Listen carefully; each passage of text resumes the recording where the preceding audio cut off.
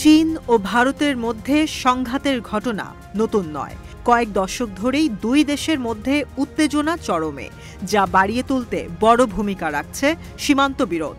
এবার people's liberation army তৈরি করেছে বিশ্বের সবচেয়ে উন্নত হাইপারসনিক মিসাইলের সাপ্লাই, যা ইন্দো প্রশান্ত মহাসাগরে অভিযানের পরিধি বাড়াতে সক্ষম।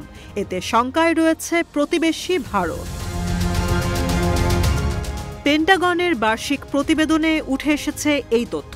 সম্প্রতি মার্কিন প্রতিনিধি পরিষদ কংগ্রেসে এই প্রতিবেদন জমা দিয়েছে দেশটির প্রতিরক্ষা দপ্তর, যেখানে উল্লেখ করা হয় ড্রাগন আর্মি নিজেদের সক্ষমতার সর্বোচ্চ পর্যায়ে নিতে কাজ করছে।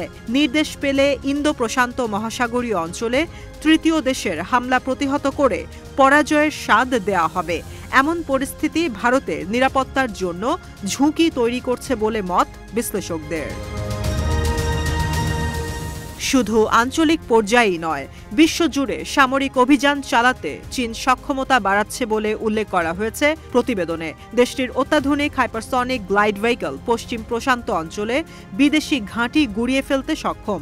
যুক্তরাষ্ট্রের শঙ্কা বেশি হবার কারণ এই অঞ্চলে দেশটির অসংখ্য মিলিটারি বেজ রয়েছে। পাশাপাশি বর্তমান প্রতিরক্ষা ব্যবস্থা দিয়ে হাইটেক অস্ত্রগুলোকে প্রতিহত করা প্রায় অসম্ভব। সেনাবাহিনীর পাশাপাশি নৌ ও বিমান বাহিনীকেও শক্তিশালী করেছে পিপলস লিবারেশন আর্মি, যা বড় পরিসরে অভিযান চালাতে সহায়তা করবে চীনকে। 2023 সালে এ বিষয়ে প্রথমবারের মতো জানতে পারে বিশ্ববাসী, কারণ সে সময় শানডং এয়ারক্রাফট ক্যারিয়ার ফিলিপিন্স সাগরে 3টি কঠিন অভিযান পরিচালনা করে। পাশাপাশি পিএলএ এর রকেট ফোর্স তাদের মিসাইলের প্রযুক্তিকে নিয়ে গেছে আধুনিকতার শিখরে। অ্যান্টি ব্যালিস্টিক মিসাইল সিস্টেমের বাধা টপকাতে হাইপারসনিক মিসাইল সিস্টেমের ওপর ব্যাপক গবেষণা করছে চীন। শব্দের চেয়েও 5 গুণ দ্রুত গতিতে ছুটতে সক্ষম এই মিসাইলগুলো, ফলে এদের শনাক্ত কিংবা প্রতিহত করা অনেক দুরূহ বিষয়। হাইপারসনিক গ্লাইড ভেহিকল আরও বিপজ্জনক, কারণ উৎক্ষেপণের পর এগুলো নিজের গতিপথ পরিবর্তন করতে পারে। বেইজিংয়ের হাইপারসনিক আর্সেনালের মেরুদণ্ড হিসেবে কাজ করছে DF-17। 2020 সালে প্রথমবারের মতো একে ডিপ্লয় করা হয়। পেন্টাগনের প্রতিবেদন বলছে এই মিসাইলগুলোর রেঞ্জ 5 থেকে 8,000 কিলোমিটার, যা আলাস্কা, হাওয়াই কিংবা গুয়ামকে ধসিয়ে ফেলতে সক্ষম।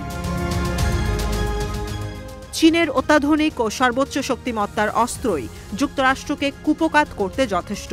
সে হিসেবে প্রতিবেশী ভারত এখনও শিশু।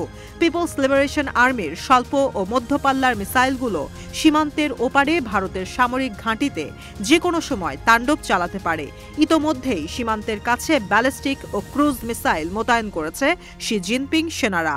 তাই নরেন্দ্র মোদীর একটি ভুল পদক্ষেপই ভারতকে ধ্বংসের জন্য যথেষ্ট বলে দাবি বিশ্লেষকদের।